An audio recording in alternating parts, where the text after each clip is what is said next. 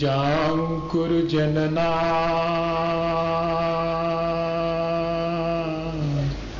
भौबीजाङ्कुरजनना रागाद्याक्षयमुपागता यस्य ब्रह्मा वा विष्णुर्वा हरो जिनो वा नमस्तस्मै। जो विद्यादि सागर सुधी जो विद्यादि सागर सुधी गुरु के हितैषी शुद्धात्म में निरत नित्य हितोपदेशी वे पाप ग्रीष्म ऋतु में जल में सयाने पूजूनी सतत केवल ज्ञान पाने पूजून के सतत केवल ज्ञान पाने। बोले भगवान महावीर स्वामी की, अहिंसा धर्म की, आचार्य गुरुवर विद्यासागर मुनि महाराज की, परम पूज्य मुन्ना श्री क्षमा सागर जी महाराज की, पूज्य मुन्ना श्री भव्य सागर जी महाराज की, मुनि संघ की। हम सभी लोग पिछले कई दिनों से निरंतर अपने जीवन को कैसे अच्छा बनाएं, इस बात पे विचार कर रहे हैं। हमने अलग अलग तरह से अपने जीवन में झांक करके देखा है, डिफरेंट पॉइंट ऑफ व्यू से, अलग अलग दृष्टिकोण से अपने जीवन को हम देखें तो हम पाते हैं कि सचमुच हमारी अपनी किसी कमजोरी से, हमारी अपनी अज्ञानता से हमने अपने जीवन को जैसा हमारा जीवन है वैसा बना लिया है। वास्तव में जैसा जीवन हमारा होना चाहिए वो नहीं है ये जो जीवन हम जी रहे हैं। पर इतना जरूर है कि हमारे भीतर संभावनाएं अनंत हैं। यदि हम उन संभावनाओं को विकसित करें, उनको अपने भीतर प्रकट होने का अवसर दें, तो हम जैसा अपने जीवन को बनाना चाहें वैसा बना सकते हैं। जैसा हम बन गया है उसकी जिम्मेदारी हमारी है, जैसा हम बनाना चाहते हैं उसके लिए पुरुषार्थ जागृत करना ये भी हमारी अपनी जिम्मेदारी है। यदि हम जैसा सोचते हैं वैसा नहीं कर पाते हैं तो ये हमारी अपनी पुरुषार्थहीनता है, हमारा सर्कमस्टेंसेस या कि हमारे भीतर बंधे हुए कर्म वे हमें बाध्य कर सकते हैं। लेकिन हम उस बाध्यता से अगर प्रभावित हो जाते हैं तब तो हमारा पुरुषार्थ समाप्ति हो जाता है। यदि हम उन तमाम बाधाओं के बावजूद भी अपने जीवन को जैसा बनाना चाहते हैं वैसा बनाने का तय कर लें, ऑल ऑफ सडन नहीं, तुरंत के तुरंत नहीं भी, पर एक समय के बाद हम देखेंगे कि हमारा जीवन ठीक वैसे ही बन गया है जैसा हमने चाहा था। जबकि जब हमने चाहा था तो हमारा जीवन कहीं से नहीं लगता था कि जैसा हम चाह रहे हैं वैसा हो सकता है। जैसे कि एक बट के बीज को कोई हाथ में रख करके ये कल्पना करे कि कितना बड़ा होगा उसका पेड़, इमेजिनेशन करे तो घबरा जाएगा वो कि इतना छोटा सा बीज और इसके भीतर इतना बड़ा बड़का पेड़, क्यों बुद्धू बनाते हो, संभव ही नहीं है। लेकिन जब वही बड़का बीज और जमीन पा लेता है और अपनी जड़ें जमाना शुरू कर देता है, तब आकाश में फैल करके इतना बड़ा हो जाता है कि हम सोच नहीं सकते। ऐसा ही हमारा जीवन है। हम अगर जो है भावनाओं की जमीन पा जाएं और उस जमीन के अंदर से बाहर अपने अज्ञानता की परतों को तोड़ करके और सच्चाई के प्रकाश में आ जाएं, तो कोई वजह नहीं है कि हम अपना विकास न कर पाएं, हम अपना विस्तार न कर पाएं। इन सब चीजों के देखते हुए, और हमने पिछले दिनों ये भी देखा कि जितना कंसंट्रेशन हमारा अपने सर्कमस्टेंस पर है, जितना कंसंट्रेशन हमारा अपने शरीर को लेकर के है, जितना हमारा आग्रह अपने संबंधों को लेकर है, उतना हमारी अपनी चेतना के प्रति नहीं है। जितना हम शरीर की सेवा शुश्रूषा और उसका ध्यान रखते हैं, ठीक भी है, उससे हमारा काम चलता है। शरीर अगर रुग्ण हो तो रुग्ण शरीर से हम अपने जीवन का कल्याण नहीं कर सकते, वो बाधा डालेगा उसमें। इसलिए शरीर का स्वस्थ होना जरूरी है, इसमें तो कोई शक नहीं है। लेकिन शरीर के स्वस्थ होने के बाद भी यदि मैं उस शरीर में आसक्त हो जाऊं, तब तो वो मेरा स्वास्थ्य मेरे अपने कल्याण में कारण नहीं बनेगा, फिर वो मेरे अकल्याण में कारण बनेगा। इसलिए मुझे सावधानी रखनी है शरीर के साथ कि जब मैं शरीर के स्वास्थ्य की चिंता करता हूं तो चिंता वहीं तक ठीक है जब तक कि मेरा शरीर स्वस्थ नहीं हुआ है। जैसे ही मेरा शरीर स्वस्थ हो, जिनका शरीर स्वस्थ है उनके पास इस तरह का कोई विचार आवश्यक नहीं है शरीर को स्वस्थ करने का। अब दूसरा विचार भी तो होना चाहिए कि स्वस्थ शरीर से मैं क्या अपने जीवन को स्वस्थ बना सकता हूं, मैं अपने मन को स्वस्थ बना सकता हूं। कितने सारे हॉस्पिटल खुले हुए हैं, कितने सारे डॉक्टर रोज हम मेट कर रहे हैं, रोज हम बना रहे हैं सारे देश में। वे सब हमारे शरीर को स्वस्थ करके हमसे अपेक्षा रखते हैं कि हम अपना आत्मा का कल्याण करें, लेकिन हम स्वस्थ शरीर पाकर के उस स्वस्थ शरीर में आसक्त हो जाते हैं। हमारी अपनी मानसिक कमजोरी यही है। अगर इस मानसिक कमजोरी को दूर करके और स्वस्थ मन को हम प्राप्त कर लें तो कोई वजह नहीं है कि हम अपने जीवन का विकास न कर लें। जरा सा अपन आज विचार करें कि जैसे स्वस्थ शरीर जरूरी है, क्या ऐसा ही स्वस्थ मन जरूरी नहीं है? स्वस्थ मानसिकता भी जरूरी है। लेकिन स्वस्थ मानसिकता के मायने क्या है? अपन अलग अलग तरह से सोच सकते हैं। अपने पास अभी मेरे ख्याल से 18 नवंबर, देखो कितनी जल्दी खिसक गया। अगर थोड़ा सा कैलकुलेशन करें अगर, तो बस आया समय, ये अगस्त अक्टूबर आ गया है। इतने समय में भी हमारे पास बहुत कुछ समय है, हम अलग अलग ढंग से अपने मानसिक स्वास्थ्य पर विचार कर सकते हैं। हम अपने मन को स्वस्थ बना सकते हैं। लेकिन मानसिक स्वास्थ्य के मायने क्या है? पहली चीज, वो व्यक्ति स्वस्थ है मन से जिसका सुख दूसरे के दुख पर नहीं टिका है, जिसका सुख किसी इंद्रिय सामग्री पर नहीं टिका है, जिसका सुख अपनी ही आत्मा की निर्मलता पर टिका हुआ है, वो व्यक्ति स्वस्थ है, उसका मन स्वस्थ है। और हम लोगों का अगर हम थोड़ा सा विचार करें तो हमारा सारा सुख दूसरे के दुख पर टिका हुआ है। एकदम समझ में ना आएगी बात, भली भी नहीं मालूम पड़ेगी कि ऐसा कहां।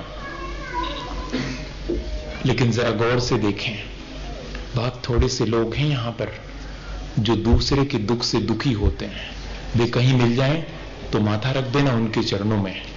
वैसे भले लोग संसार में 1% मिलेंगे जो दूसरे के दुख से दुखी हैं, और ऐसा दूसरा जो उनका नहीं है, ऐसा दूसरा जो हमारा है, जिसके साथ हमारा कोई संबंध है, उसके प्रति दुखी होना बहुत नेचुरल है। लेकिन जिससे हमारा कोई ताल्लुक नहीं, जिससे हमारा कोई संबंध और संपर्क तक नहीं है, उसके दुख से भी हम दुखी हो जाते हैं। तब ऐसे लोग तो बहुत थोड़े से बहुत प्यारे लोग हैं। इस तरह के लोग तो, इनको तो कहीं लालटेन लेकर के दिन के प्रकाश में भी ढूंढने जाएं तो बहुत बहुत मुश्किल से मिलते हैं। हाँ, दूसरे किस्म के लोग हैं जो अपने दुख से दुखी हैं।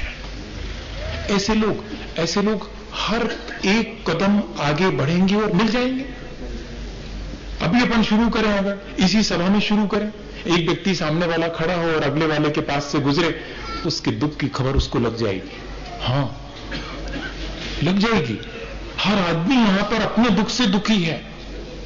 वो कहता नहीं है। रास्ते में अगर कोई मिलता है और अपन उससे पूछें कि क्यों, कैसे हो, ठीक है, बस ठीक है, चल रहा है, मतलब काम चल रहा है, इतना ही ठीक है, इससे ज्यादा नहीं है।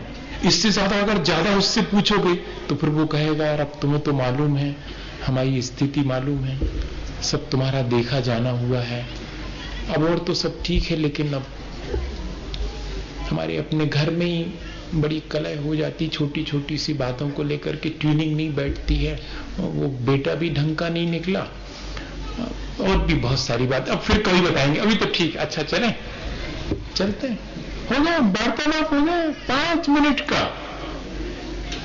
आप किसी से भी मिल लीजिएगा, हर आदमी अपना दुख प्रकट करने के लिए तत्पर है, उत्सुक है कि मैं इस जगह दुखी हूं। अपने दुख से दुखी यहां कोई नहीं होगा जो ना हो, लेकिन तीसरे तरह के लोग और बहुत मजेदार लोग हैं। ऐसे लोगों की तादाद भी दिनों दिन बढ़ती चली जा रही है। पहले भी हुआ करती थी, ऐसा नहीं है कि आज ही है, ऐसे लोग हमेशा से रहते हैं। तीसरे तरह के जो कि दूसरे के सुख से दुखी है, दूसरा क्यों सुखी है। हां,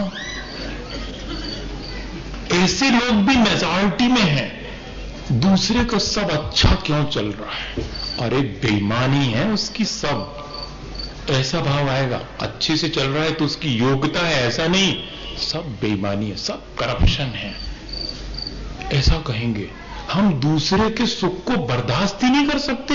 हमारी पीड़ा का सबसे बड़ा कारण है कि हम दूसरे के सुख से दुखी हैं। और इसी को दूसरे शब्दों में कह लीजिएगा कि हमारा सुख भी दूसरे के दुख पे डिपेंड करता है। जो दूसरे के सुख से दुखी है वो दूसरे को दुखी देख करके हमेशा मजा लेता है। हम भी जब दूसरे से पूछते हैं कि क्यों, कैसे हो, तो जब वो पहली बार कहता है कि सब ठीक है तो सहसा विश्वास नहीं होता।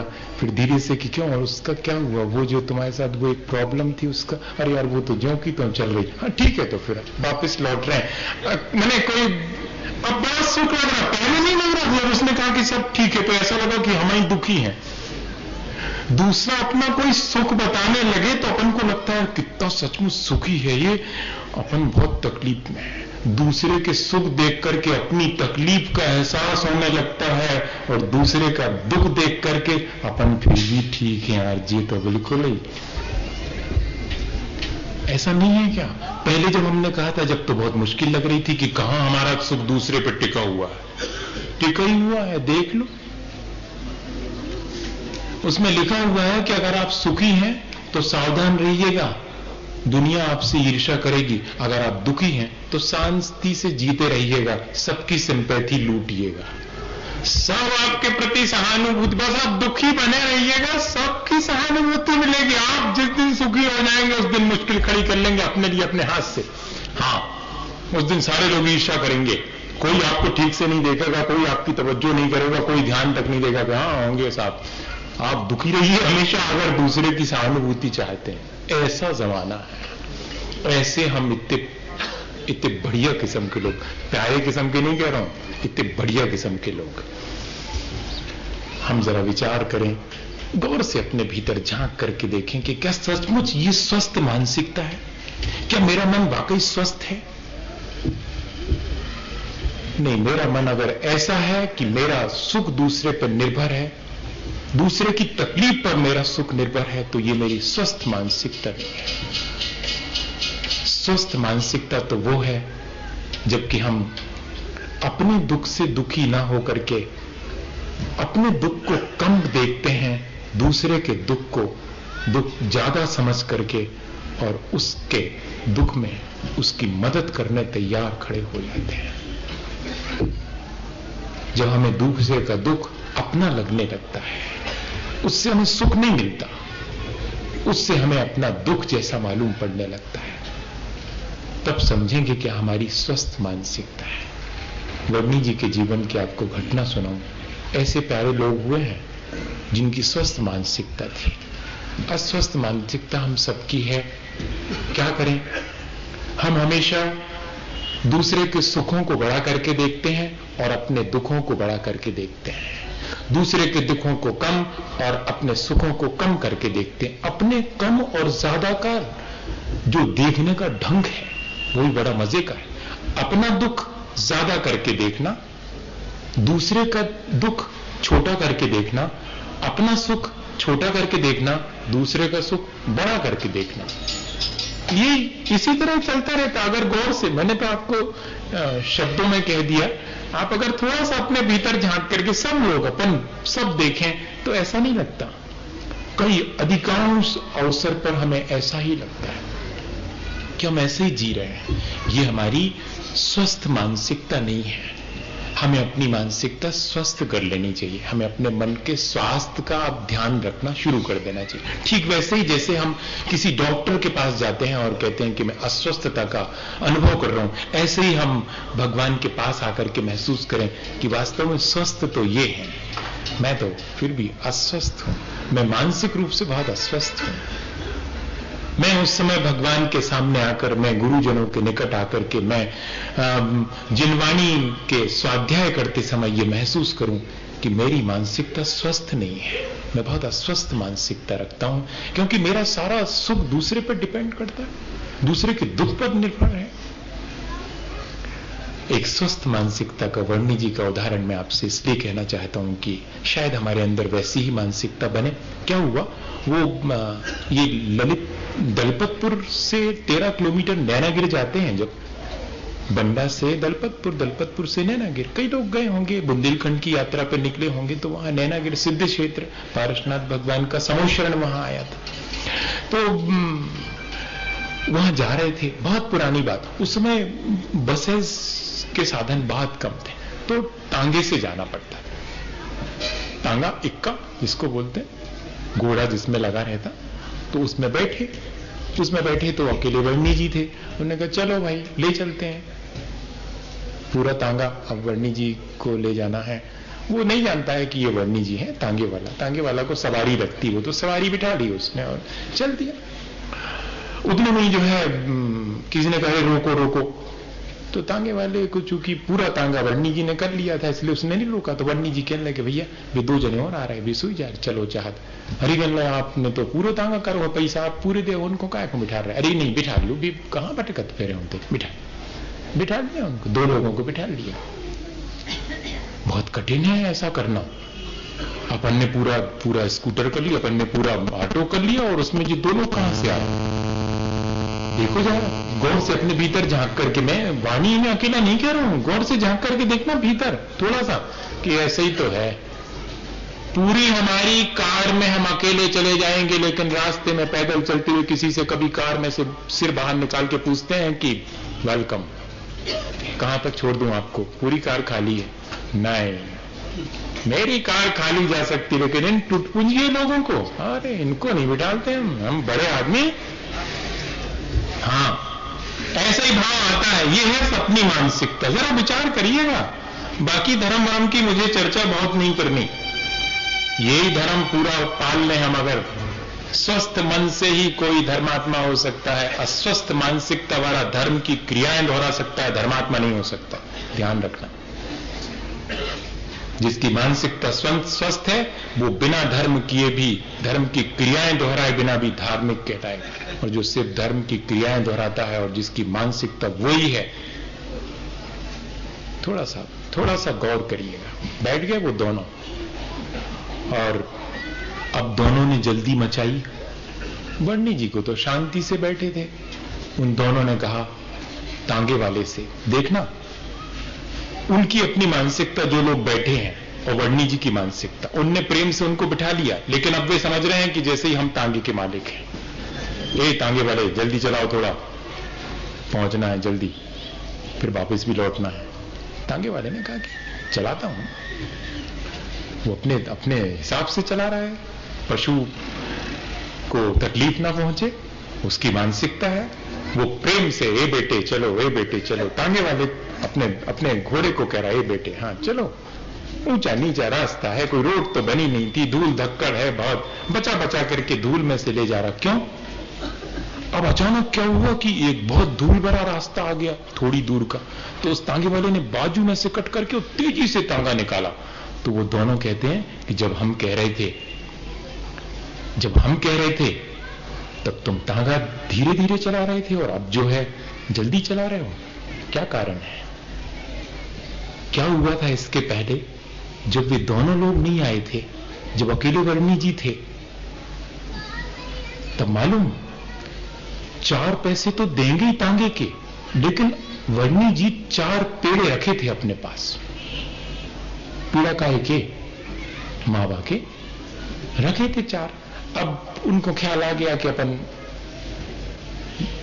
2 पेड़ा तो एक हो दे दी, एक हो कबे पेड़ा मिला थे, अपन तो ते जाके अपने 2 खे हैं, फिर बाद में उते पहुंचे भूल गए, अब हीं दे दो।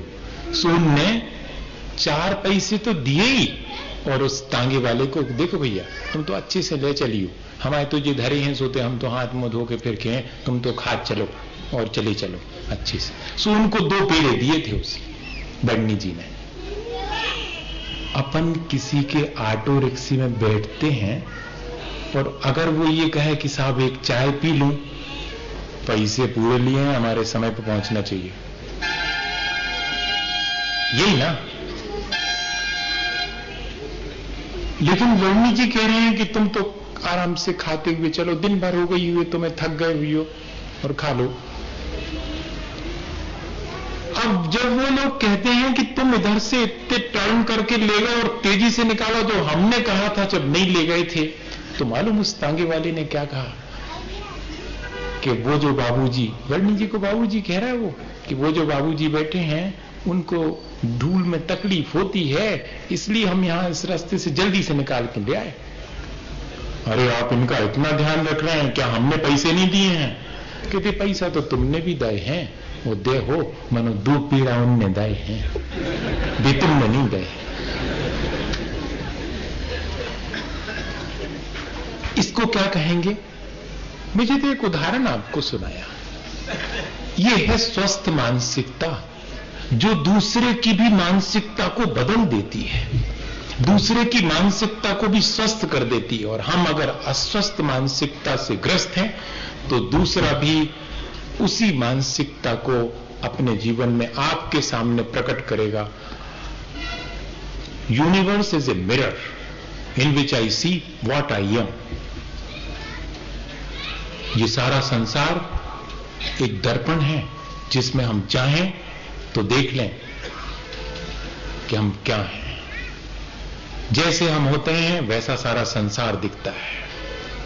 अगर हमारी स्वस्थ मानसिकता है तो सारे संसार में स्वस्थ मानसिकता के लोग दिखेंगे, और हमारे भीतर अगर अस्वस्थ मानसिकता है तो सब वैसे ही दिखाई पड़ेगा। देख लो, व्यवहार ही वैसा होता है।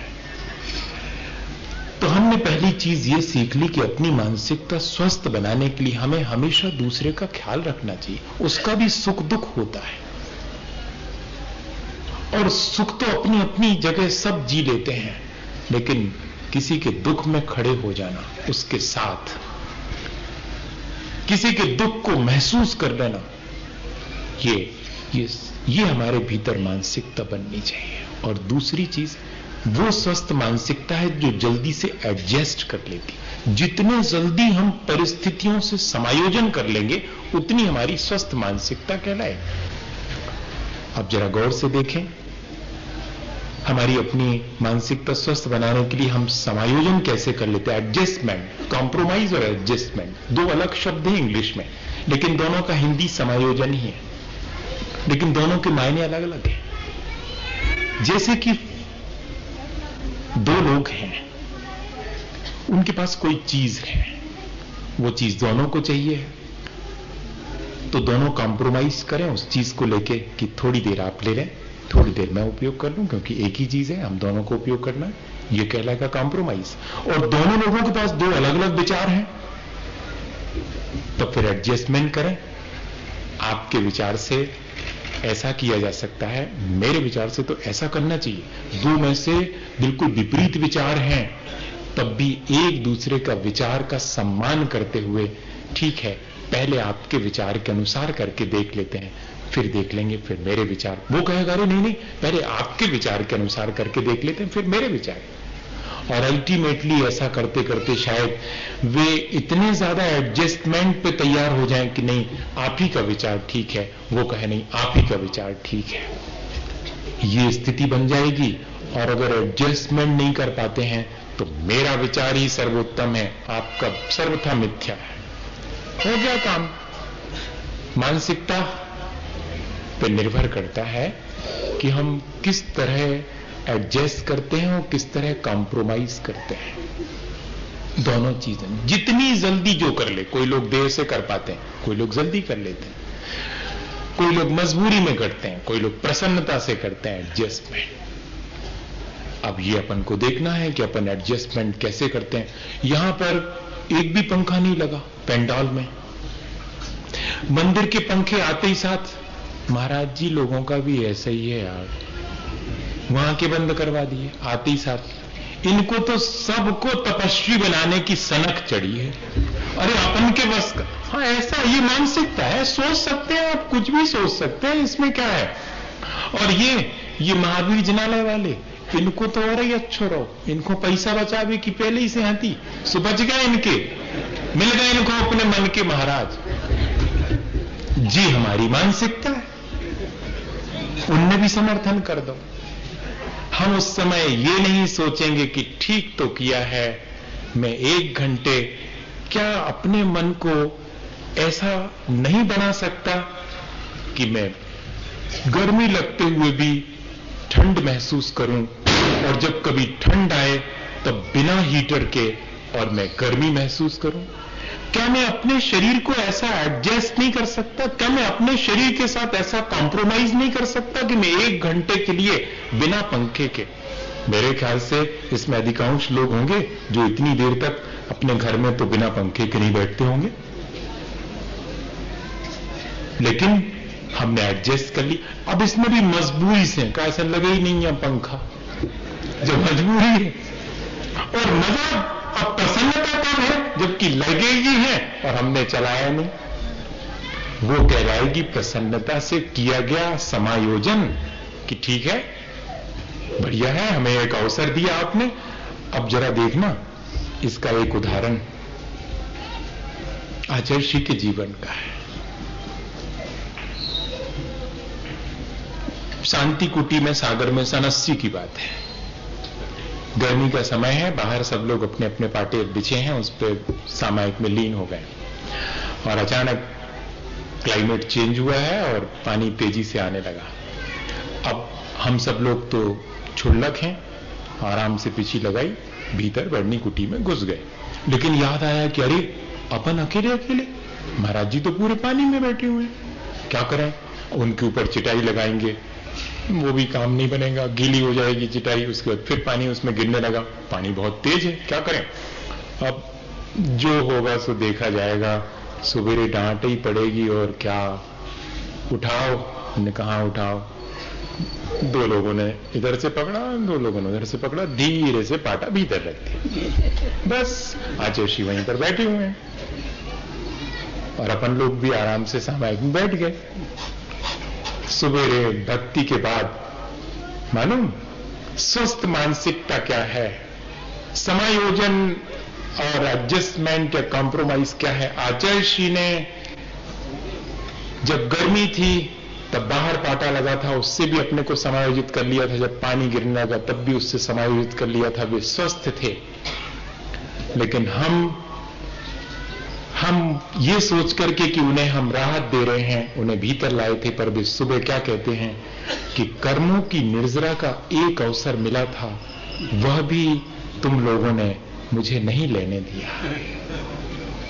ये कौन सी मानसिकता है? ये मानसिकता, वाह, कर्मों की निर्जरा का एक मौका, 1 घंटे तक वो जो मेरे भीतर हवा की इच्छा थी कि हवा चले, पंखे चले, अब मेरे भीतर कोई इच्छा नहीं है। मेरा तो मन लगा हुआ है सुनने में, मुझे जरूरत ही नहीं है भैया, अच्छे नहीं लगाए पंखे, हमको कर्मों की निर्जरा का मौका दिया।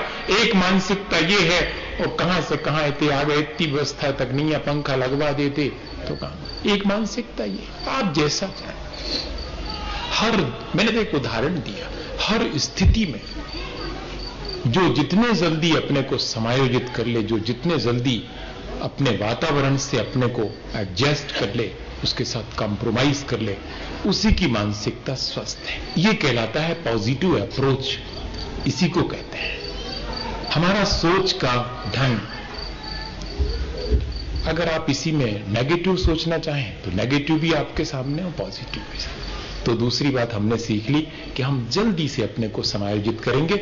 जब हमें ठंड लग रही है और हीटर अवेलेबल है, कोई बात नहीं, लेकिन जब नहीं है, लाइट चली गई है, तो पूरी म्युनिसिपैलिटी को और पूरी गवर्नमेंट को गाली देने से तो बेहतर है कि मैं अपने शरीर को ऐसा बना लूं कि मुझे बिना हीटर के काम चल जाए, बिना कूलर के काम चल जाए। मैं व्यर्थ अपने मन को गंदा क्यों करूं? बस इतना ही है, एडजस्ट कर लूं जल्दी से। लगता तो है बहुत कठिन है ये, मैं तो नहीं कर पाता, बहुत देर लगती मुझे। कुछ मामलों में कर लेता हूं। आप मुझे गाली दीजिएगा, मैं एडजस्ट कर लूंगा। शरीर है इसलिए इतना ही खाया जा सकता है, इतना ही सोया जा सकता है, इतना ही बोला जा सकता है। ये संतुलन है। कितना बोलना, कब बोलना, हां, कितना खाना, कब खाना, चाहे जब खाना, 24 घंटे खाना। तो वो तो पशु भी थोड़ी देर को रुक जाता है। चिड़िया तो नहीं खाती रात में, हमने किसी चिड़िया को नहीं देखा। आपके घर में पली और आपको रात्रि भोजन करते देखने वाली चिड़िया भी नहीं खाती। हाँ, देखा आपने कभी? ये बात अलग है कि आप उसके साथ धोखा करो और लाइट बहुत तेज जला दो, तो वो सोचती कि दिन हो गया, दाना चुगना शुरू कर सकती है, मे बी पॉसिबल। लेकिन अगर उसे कोई धोखा नहीं है तो वो रात में नहीं खाएगी। और हम चाहे जब खा लो, क्यों? अपना सामान है, अपने अपन है, अपने ऊपर किसी का भी अपना तक अपने ऊपर वर्चस्व नहीं है। जिसका अपने पर वर्चस्व नहीं है, जिसका अपने पर अंकुश नहीं है, वो अपने मन को कभी वो स्वस्थ मन वाला है ही नहीं। सीधी सीधी बात। हमारे अपने जीवन का संतुलन बताता है कि हमारी मानसिकता स्वस्थ है या नहीं है। सब चीजों में, पहनने, ओढ़ने, खाने, पीने, चलने, आने जाने, बोलने, सब में हमारे अगर संतुलन है तो मानसिकता स्वस्थ है, नहीं तो हम असंतुलित हो जाते हैं। और ये हमारा असंतुलन हमें और अधिक अस्वस्थ बनाता चला जाता, हमारे मन को। और चौथी चीज, दायित्व का बोध, ये भी धीरे धीरे मुश्किल में पड़ गया है। मुझे ये करना चाहिए, इस तरह का मुझे दायित्व बोध हमेशा रहते ही नहीं। कैसे? मैं मां हूं तो मेरा दायित्व क्या है, इसका बोध मुझे 24 घंटे बना रहना चाहिए। सोते समय भी, खाना बनाते समय भी, और बेटे के साथ या कि अपने फैमिली मेंबर्स के साथ बात करते समय भी। मैं मां हूं तो मेरा दायित्व है कि मेरे ऊपर सारे परिवार की जिम्मेदारी है। कम से कम मेरे बेटे की तो है ही, उसे पाल पोस के बहुत बड़ा करना है मुझे। इस दायित्व को मैं कभी भूलूं नहीं। हां, और दुनिया के सारे कामों के बीच। और अगर मैं साधु हूं, अगर मैं कोई ऑफिसर हूं, अगर मैं और कुछ हूं, तब भी सबके साथ यही घटित होगा। सबको अपने दायित्व का बोध रहे। मैं आपके साथ धर्म सभा में बैठा हूं, आपके कल्याण का मेरे मन में भाव है, लेकिन आप मुझे तभी तक पसंद करेंगे जब तक कि मैं अपने दायित्व को पूरा निभा रहा हूं। जिस दिन मैं अपने दायित्व को पूरा नहीं करूं, जिस दिन मैं दूसरी बार खाने को उठ जाऊं, आप मुझे यहां नहीं बिठाएंगे, कम से कम वहां बिठाएंगे आप। नहीं, मेरा अपना दायित्व का बोध मुझे 24 घंटे बना हुआ है कि मैं साधु हूं, आत्म साधना करना मेरा कर्तव्य है। ये परोपकार, ये मेरा सेकेंडरी, ये मेरा दूसरे नंबर का कर्तव्य है। मेरा पहला कर्तव्य वास्तव में मैं साधु हूं वो भी नहीं है। मेरा सबसे पहला कर्तव्य है कि मैं मनुष्य हूं, सबके प्रति मनुष्यता की तरह व्यवहार करूं, ये मेरा पहला कर्तव्य। उसके बाद फिर मैं किसी की मां हूं, किसी का बेटा हूं, किसी का भाई हूं, किसी का पिता हूं, या कि मैं साधु हूं, ये बिल्कुल सेकेंडरी है। मैं मनुष्य हूं, सबसे पहला दायित्व है। मनुष्य की हैसियत से मैं जन्मा हूं तो मनुष्यता मेरे भीतर होनी चाहिए। और फिर उस मनुष्यता में भी मैं अगर साधु हूं तो फिर मेरी उस मनुष्यता का भी डेवलपमेंट हुआ है भगवान की तरफ बढ़ने के लिए, तब उस मनुष्यता भी इससे भी आगे का दायित्व है। अगर मैं मनुष्य हूं और उसमें मां हूं अगर, तो मेरे अपने फैमिली मेंबर्स, उनका दायित्व है।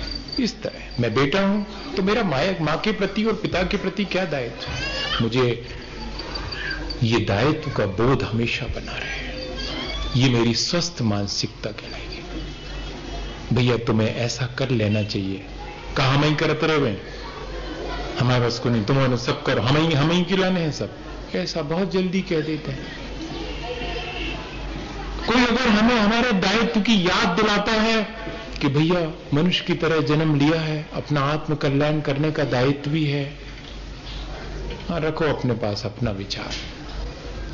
आज अगर किसी से ये कहा जाए कि अपने आत्म कल्याण का दायित्व भी है, तो वो कहता है वो तो मुझे मालूम है, वो तो मैं कर ही रहा हूं, और बाहर में ऐसे काम कर रहा है जिससे कि प्रकट हो रहा है कि अपने आत्म दायित्व को भूल करके ही ये काम किए जा सकते हैं। तो क्या अकेले वाणी से कहने पर मालूम पड़ जाएगा कि हाँ मुझे अपने आत्म दायित्व का बोध है? आत्मानुभूति मेरा पहला कर्तव्य है, बाकी सब चीजें सेकेंडरी हैं। और क्या वास्तव मेरे जीवन में आत्मानुभूति, मैं अपने उस पहले दायित्व को ध्यान में रख रहा हूं या कि बाकी सब चीजों को ध्यान में रख रहा हूं? ये कसौटी है। मन्नू भंडारी ने एक नॉवेल लिखा, कोर्स में चलता है। मैं आपसे ये नहीं कह रहा हूं कि आप उपन्यास पढ़ना शुरू कर दें, मैं आपसे ये कह रहा हूं कि जिनने पढ़ा है उसमें से क्या सीखा है। मैंने वो पूरा का पूरा पढ़ा और उसमें से एक लाइन, मां अपने बेटे के सामने हमेशा मां रहे, बस इतना ही। जैसे कि मैं आपके सामने साधु का जो दायित्व है वो प्रकट करता रहूं तो ही ठीक है, ऐसे ही मां भी अपने बेटे के सामने, मां अपने बेटे के पिता की जीवन साथी है, लेकिन बेटे के सामने वो अपने किसी की जीवन साथी नहीं है, वो सिर्फ अपने बेटे की मां है। ये ध्यान रखना, बहुत बड़ा दायित्व बोध है ये। जब बेटा, मैंने पहले लोगों को देखा कि वे अपने माता पिता के सामने अपने बेटे को गोद में नहीं उठाते थे। बताइए आप, बड़ा, मैं अपने माता पिता के सामने मैं बेटा हूं और माता पिता अपने बेटे के सामने सिर्फ माता पिता हैं। बहुत मुश्किल है। विद्यार्थी आज या कि एक कोई शिष्य किसी गुरु का, या कि और भी सारे संबंध, उन सब में देखें अपन कि क्या दायित्व बोध होता है अपन को। एक उदाहरण से अपन समझ लें, बात जल्दी समझ में आ जाएगी। एक लकड़हारा था, लकड़ी काट करके जीवन चलाता था, और एक बार ऐसा हुआ कि उस जिस देश में वो रहता था उसका राजा मर गया, और इतने ही नहीं, रानी साहबा को स्वप्न आया कि वो राजा बनेगा, एक तोता उड़ाओ जिसके कंधे बैठ जाए वही राजा बना देना। तोता उड़ाया गया, उड़ता उड़ता जंगल में पहुंच गया, लकड़हारे के कंधे पे बैठ गया। अब बनाओ राजा, बिल्कुल राजा बना दिया। लकड़हारा राजा बनकर के गद्दी पे बैठा हुआ है, बिल्कुल अनभिज्ञ है, बिल्कुल अनभिज्ञ है राजकाज से, लेकिन गद्दी पे बिठा दिया गया है। और जैसे ही पूरी कार्यवाही समाप्त होती है, राजा कुर्सी से उठ करके नीचे उतरने लगता है, तो ऐसे हाथ आगे बढ़ाता है कि मुझे संभाल लो। मंत्री दोनों तरफ से आकर के और दोनों साइड उनके कंधों पर हाथ रख करके वो नीचे उतरता है। मंत्री दोनों एक दूसरे की तरफ देके मुस्कुराते हैं कि देखो, आप समझ गए होंगे। और जब उनके मन में ये भाव आया, उसके पहले लकड़हारे ने कह दिया कि मंत्री जी क्या सोच रहे हैं आप? यही सोच रहे हैं कि कल तक ये लकड़ी काटता था और वो लकड़ी का बोझा अपने सिर पे उठा लेता था, इतनी ताकत थी, और आज इस गद्दी पे बैठते ही साथ और अपना बोझ भी नहीं उठा पा रहा, नीचे उतरने में दो दो मंत्रियों के कंधे पर हाथ रख रहा है। ये तो बिल्कुल बदल गया। यही सोच रहे हैं ना आप? मंत्रियों ने कहा कि हां यही सोच रहे हैं। मंत्री जी, मैं राजकाज में अनभिज्ञ मैं कुछ नहीं जानता हूं, ये राज और मैं स्वयं आप दोनों के कंधों पर ही है ये मेरा सारा का सारा राज, क्योंकि मैं बिल्कुल अनभग हूं, इसलिए मुझे आपके अभी सहारे की जरूरत है। ये दायित्व बोध कहां से आ गया? और मैं राजा हूं, इसलिए दूसरी चीज भी मेरे अंदर है कि राजा को तो ऐसे ही पेश आना चाहिए अपने आसपास के लोगों से। राजा बलवान होता है, लेकिन अंग रक्षक उसके इंद्र इतना बलवान है कि डमरू के समान पूरे तीनों लोगों को पलटने की सामर्थ्य रखता, फिर भी उसके बॉडीगार्ड, फिर भी दो अंग रक्षक। जब खड़े हो तो उसको खड़े करवाने के लिए चाहिए, जब आगे बढ़े तो उसको संभालने के लिए चाहिए। ये क्या है? ये उस इंद्रत्व का बोध है, ये उस राजापने के दायित्व का बोध है। इसको कहते हैं दायित्व बोध। क्या ऐसा हमारे भीतर दायित्व बोध होता है कि मैं मनुष्य हूं? बताइए, मेरे द्वारा किसी को क्षति न पहुंचे, मैं चलता हूं क्या इस तरह से, मैं उठता बैठता हूं इस तरह से, मैं बात करता हूं इस तरह से? बहुत कठिन है इस दायित्व बोध का हमेशा बने रहना। और 5वें नंबर कर्तव्य बोध, दोनों में बहुत फर्क है। दायित्व और कर्तव्य में बहुत फर्क है। दायित्व बोध निरंतर बना रहता है, लेकिन उस दायित्व बोध की पूर्ति के लिए जिस समय जो करना आवश्यक है वो किया जाए, उसको कहते कर्तव्य। जैसे मैं विद्यार्थी हूं, मेरा दायित्व है कि मैं अध्ययन करूं, लेकिन मेरा कर्तव्य है कि जब अध्ययन कराया जाता है उस समय गुरुजी के चरणों में जाके बैठूं। मैं विद्यार्थी हूं, मेरा दायित्व है विद्या पढ़ने का, लेकिन मैं जाऊंगा स्कूल 12 बजे खाना वाना खा करके। स्कूल तो 11 बजे से लगती है। आप अपना कर्तव्य भूल रहे हैं। 11 बजे आपको स्कूल जाना चाहिए। भले ही आपको दायित्व है, पढ़ने का दायित्व बोध तो है, लेकिन आपको कर्तव्य बोध नहीं है। हां, ये कहलाता कर्तव्य बोध। किस समय क्या करना है मुझे, ये हमेशा मुझे बना रहे। स्वस्थ मानसिकता जिसकी है उसको ये सारी चीजें बहुत आसान है भैया। वो नहीं तो सिखाए पढ़ाए से ये चीजें आती नहीं है। हमारे अपने अंतरंग में हमें ये अनुभूति होती रहे और हम उस अनुभूति के अनुरूप मेरा किस समय क्या करने योग्य कार्य है वो करूं, वही मेरा कर्तव्य है। दायित्व के साथ साथ कर्तव्य। विद्यार्थी हूं, पढ़ना मेरा दायित्व है, लेकिन जिस समय स्कूल लगती है उस समय मुझे पहुंचना ये मेरा दायित्व, ये मेरा कर्तव्य है। मुझे खाना खाना है, इसका तो मुझे बोध रहता है, लेकिन माँ कितने बजे मुझे खाने पर बुलाएगी उतने बजे मुझे पहुंचना चाहिए। ऐसा नहीं कि मुझे खाना तो है, खाने का बोध तो बना है, लेकिन मैं 2 बजे खाऊंगा। अरे अब माँ के लिए तो 10 बजे बना के रखा है, उसने 2 बजे कहां से खाएंगे? शाम को खाना चाहिए, इस तरह का कर्तव्य बोध नहीं है। खाना चाहिए ये तो है बोध, लेकिन किस समय कब कौन सी चीज, ये मेरा अपना कर्तव्य है। मैं एक और वर्णी जी के जीवन की घटना सुनाऊं और बस अपन आज के लिए इतना ही रख लें, फिर बैठेंगे, फिर बात करेंगे और अपने जीवन में इसमें से थोड़ा बहुत भी, पूरा तो ना आ पाएगा मेरे जीवन में, पूरा नहीं जितना मैंने कहा, बताइए आपके में, जबकि मुझे तो ये मालूम है। कई लोगों को तो ये इतनी बातें जो मैंने कहीं को मालूम ही नहीं होंगी, तो कई लोगों को लग रहा होगा अच्छा बता दिया महाराज ने, हम ऐसा तो करते ही नहीं है, अपन करेंगे। लेकिन मुझे तो मालूम है, मालूम होते हुए भी मैं पूरा नहीं कर पाता हूं, ध्यान रखना। हाँ, मतलब मैं ये कह रहा हूं कि ये इतना आसान नहीं है, इसलिए कह रहा हूं बहुत कठिन है, पर अपन को करना। बस अपने अंदर एक ही चीज है कि अपने को करना है। नहीं है ये फील होना, ये भी तो बहुत छोटी चीज नहीं है। नहीं तो अपन तो अपने को बिल्कुल परफेक्ट मानने वाले लोग हैं, 100%। मैं तो बिल्कुल परफेक्ट हूं, ऐसे किसी मुगालते में तो अपन नहीं रहते, ना हम किसी को इस तरह का मुगालता पालने की सलाह देते हैं। अपनी मौजूदा स्थिति क्या है उसका हमेशा आकलन करते रहना चाहिए और हमेशा उससे आगे बढ़ने के लिए जहां से जो मिल जाए उसको लालायित होकर के और स्वीकार करके, और अगर मालूम पड़ जाए तब भी रोज रोज कि हाँ मुझे इसमें और इजाफा करना है, इसमें मुझे और बढ़ाना है, बस इतना ही पर्याप्त। एकदम तो नहीं आएगा, पर थोड़ी थोड़ी सी बातें इसमें से जरूर अपन स्वीकार कर ग्रहण करेंगे। वर्णी जी के जीवन की एक और मैं आपको घटना सुनाऊं। वो पढ़ाते थे, जब वो महाराज नहीं बने थे शुक्लक जी नहीं बने थे, तब उसके पहले की बात है। तो वो पढ़ाते भी थे और पढ़ते भी थे, हाँ दोनों चीजें थी। तो उनके गुरुजी थे, झा साहब थे। कौन थे? अब पूरा नाम हमें याद नहीं, नाम भूल जाते हम, गांव भूल जाते हम।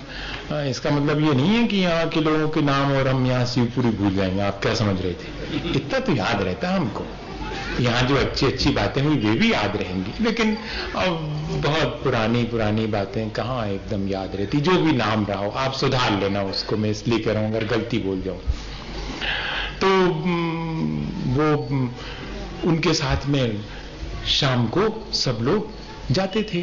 पढ़ाई पूरी हो गई, अब सब बच्चे स्कूल के, जैसे यहाँ पर आए हैं बच्चे स्कूल के, ब्रह्मचारी जी जैसे लेकर के आए सब बच्चों को, ऐसे ही उनके गुरुजी उन सबको लेकर के जाते थे। शाम को वहीं थोड़ा टहलेंगे और वहीं पर शाम को कुल्ला उल्ला करके थोड़ा फ्रेश होके और वापस आ जाते। कुआं पड़ता था वहां पर बीच में, तो सबने उस दिन पहुंचे तो कुएं पर सबने बढ़िया से जो भी फ्रेश होना था वो हुए और प्रार्थना करना थी वो भी वहीं पर करी। वापस लौटने लगे तो उतने में देखते हैं सामने से कि एक बूढ़ी अम्मा अपने सिर पर गट्ठा रखे हुए लकड़ी का चली आ रही है।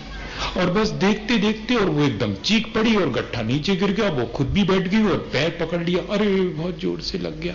क्या लगा अम्मा, क्या लगा अम्मा? सबने उसको घेर लिया। अम्मा को कांटा लग गया। लाओ हम निकाल दे। अरे नहीं भैया, तुम्हारा धर्म बिगड़ जाए, हम कौन ऊंची जात के हैं। हाँ, उस अम्मा ने कहा कि नहीं भैया हम इन्हें छीलियो, तुम पंडित आदमी तुम और हैं सब, देखो सफेद कपड़ा पहने, तिलक लगाए हों और चोटी रखे हों, आप पंडित लोग हमें नहीं छूना, हम तो बहुत उस छूने लायक नहीं है, हम निकाल लेंगे। हम उसने खींचा वो कांटा, बहुत आगे भीतर घुस गया था। अब देखो अपने हाथ से अपनों कांटा निकाल, वो बहुत कठिन है, दर्द होता है। डॉक्टर खींच दे पकड़ करके, नहीं निकला, वो नहीं निकला और खून तो निकलना शुरू हो गया। वंडी जी से रहा नहीं गया, कहते अम्मा हम तो निकालेंगे, आप हमें मना नहीं करो। अरे नहीं भैया, तुम्हारा धर्म भ्रष्ट हो जाएगा। पहले ऐसा बहुत चलता था, बड़ा लोगों के अंदर इस तरह की, माने आदमी के साथ कैसा व्यवहार कर सकता है ये विचार करने की चीज है। हाँ, पशुवत व्यवहार कर सकता है। एक समय से हम उस समय से भी गुजरे हैं और आज भी देख रहे हैं अपन वही सारी चीजें। तो वर्णी जी ने कहा अच्छा हमसे नहीं छुआओ, लेकिन भैया संसी तो ले आओ, संसी से निकाल देंगे। संसी समझते हैं वो निकालने की, चमीटी वगैरह समझ लो आप, जो भी है। तो वो लाए वो और उससे पकड़ करके उसको निकाला। जैसे ही निकाला तो खून की धारा बह गई। अब नहीं रहा गया वर्णी जी से, आंख भीग गई उनकी और अपना जो दुपट्टा ओढ़े थे सो उसको फाड़ा और कहते कि अब तुम मना करो चाहे कुछ भी करो, दबा करके हाथ से पट्टी बांध दी। और इतने ही नहीं, अब उस अम्मा की कोई बात नहीं सुनेंगे। अम्मा सिर्फ ये बताओ कहां रहती हो? भैया हमारा घर तो बहुत दूर है, अम्मा हम चलेंगे, तुम आगे आगे चलो। हमारा हाथ पकड़ करके और सिर पे बोझा रख लिया, अपने हाथ से उठा करके वो गट्ठा लकड़ी का, और चले जा रहे हैं। और पहुंच गए उस बस्ती में। वहां के सब लोग अपने घरों से बाहर निकल आए कि कौन व्यक्ति इस पंडित को किस सिर पे बोझा रखवा कर कि ये बूढ़ी अम्मा लेके आई, भाई हुआ कैसे? ये सब पूछ रहे हैं कि क्या हुआ।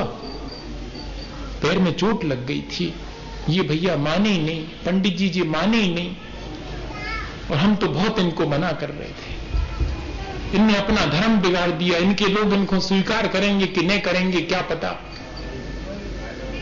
मगर ये माने नहीं और हमारे साथ में। बस बच्चे 2 मिनट और, सब लोग वहीं पर बैठ जाएं, है ना? सिर्फ 2 मिनट में मैं अपनी बात पूरी कर दे रहा हूं। बहुत अच्छे बच्चे, पूरे उस पर बैठ जाओ सब लोग बढ़िया से। तो अपन फिर से वापस आ जाएं वर्णी जी के साथ कि कैसी मानसिकता है और अपन की कैसी है, कैसे अपन अपने दायित्व का बोध और कर्तव्य का पालन करते हैं। उस समय दायित्व क्या था पर उस समय कर्तव्य क्या था अपन देख रहे हैं। जबकि किसी को चोट पहुंच गई है, उस समय मैं पंडित हूं, ये बिल्कुल सेकेंडरी बात है। उस समय मैं मनुष्य हूं, ये बिल्कुल पहली बात है। हां, मैं आपसे कहना ये चाह रहा हूं। और उस समय दया, करुणा, मैत्री सब मेरे अंदर, सब चीजों का दायित्व बोध है, लेकिन उस दया, करुणा और मैत्री का मैनिफेस्टेशन, उसका विस्तार, उसका प्रैक्टिकल अप्रोच मेरा कर्तव्य है। मेरे अंदर दया तो है, लेकिन अब उस दया को मैं अपने कर्तव्य का पालन करूं, तब तो वो कहलाएगा कि मेरे भीतर दायित्व बोध है। और वर्णी जी ने वही किया। और सब लोगों ने जब ये बात सुनी तो हाथ जोड़ के खड़े हैं, कोई कोई तो दंडवत हो गए। हमने सुना था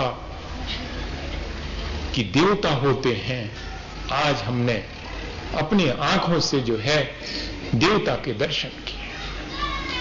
और ऐसा सबने जहां कहा तो वर्णी जी सिर नीचे झुकाए हैं, आंखों से आंसू की धारा बह रही। ए भैया, हम देवता नहीं, हम तो आपके जैसे मनुष्य हैं।